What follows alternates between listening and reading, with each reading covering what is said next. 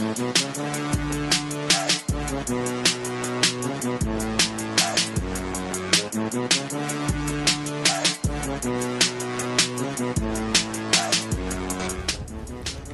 podcast. Quick one here on June, I don't know what is it, June 8th today? Oh no, let me check real quick. June 7th. Quick one here, because I'm on the way to work. I didn't really get to do this in the first round of playoffs for a reason. Predictions and stuff in the first round. And we're now officially all the first round series are done as of yesterday. The Mavericks and the Clippers with the Game 7, the only series with the Game 7 with the limit. That was a fantastic series. Clippers come back down 0-2, then down 3-2. Let me tell you, I'm going to do a longer pod hopefully tonight. Certainly tomorrow I have a podcast planned with someone, with also another friend of mine, the host of Locked On Heat podcast, Dave Ramil, my old teammate from Hot Hoops days, current Miami Heat, when he's hopefully he'll be on the podcast finally this week. And we're going to break down, a lot of the NBA playoffs and whatnot. But I didn't get a chance really to talk about the first round of playoffs really in detail, predictions and whatnot, which I normally do every year. This has been a wonky year in general. But like I said, quickly wrap up the series, Mavericks and Clippers, and like I said, we'll get into this topic a little more in detail on the next solo pod I do. We officially do not have in my opinion, we do not have a definitive best player in the league anymore. Like, you can bring up 8 guys, and you can make a case for that. It's been a big discussion on my social media pages too, especially about that, especially on Facebook. Which of course, people getting their feelings about NBA basketball. But we'll get to all that on the next solo episode. Real quick, let's start the East real quick. I won't take too much more time here. The first series, which already started yesterday, the 1-5. The Philadelphia 76ers and the Atlanta Hawks. I had the Sixers in 6 games. They're already down 0-1. Game 1 was yesterday, of course. That ending was crazy. The Hawks were ahead throughout the entire game. They were pretty much dominant throughout the entire game.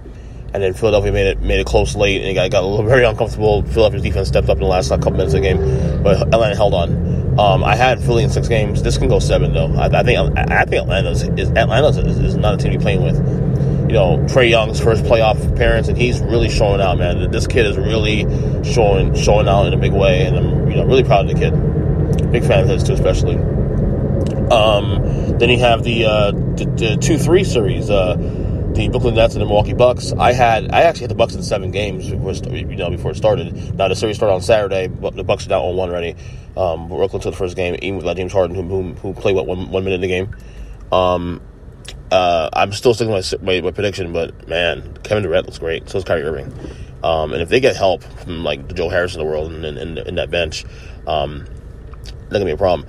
The reason I picked the Bucks in the series though is I believe they have the tools and the players, defensive players especially, on that side of the ball to at least limit Brooklyn's effectiveness. It's a matter of the second tier guys stepping in my opinion. Like, to me, that's a series where guys like Brook Lopez and Drew Holidays in the world have to step up. Giannis will get his obviously, but I believe Giannis will be also defending Durant a lot, so a lot of his energy will be put on the defensive side of the court. So what can you do for him offensively speaking? But I had Bucks in 7 initially. I haven't seen that pick though, but down 1. They got must win tonight. Okay, now it's out the West. As you know now, the Clippers are officially in second round of playoffs. So 1-4, the Utah Jazz and the LA Clippers. I think that starts on Tuesday. That's tomorrow.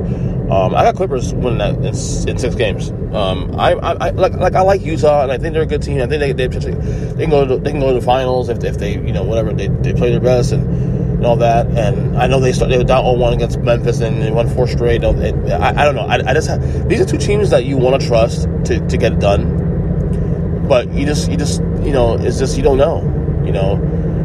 Like the Utah they have the tools to do it. The Clippers should be the best team in basketball, in my opinion. They have the deepest roster, but they don't have, I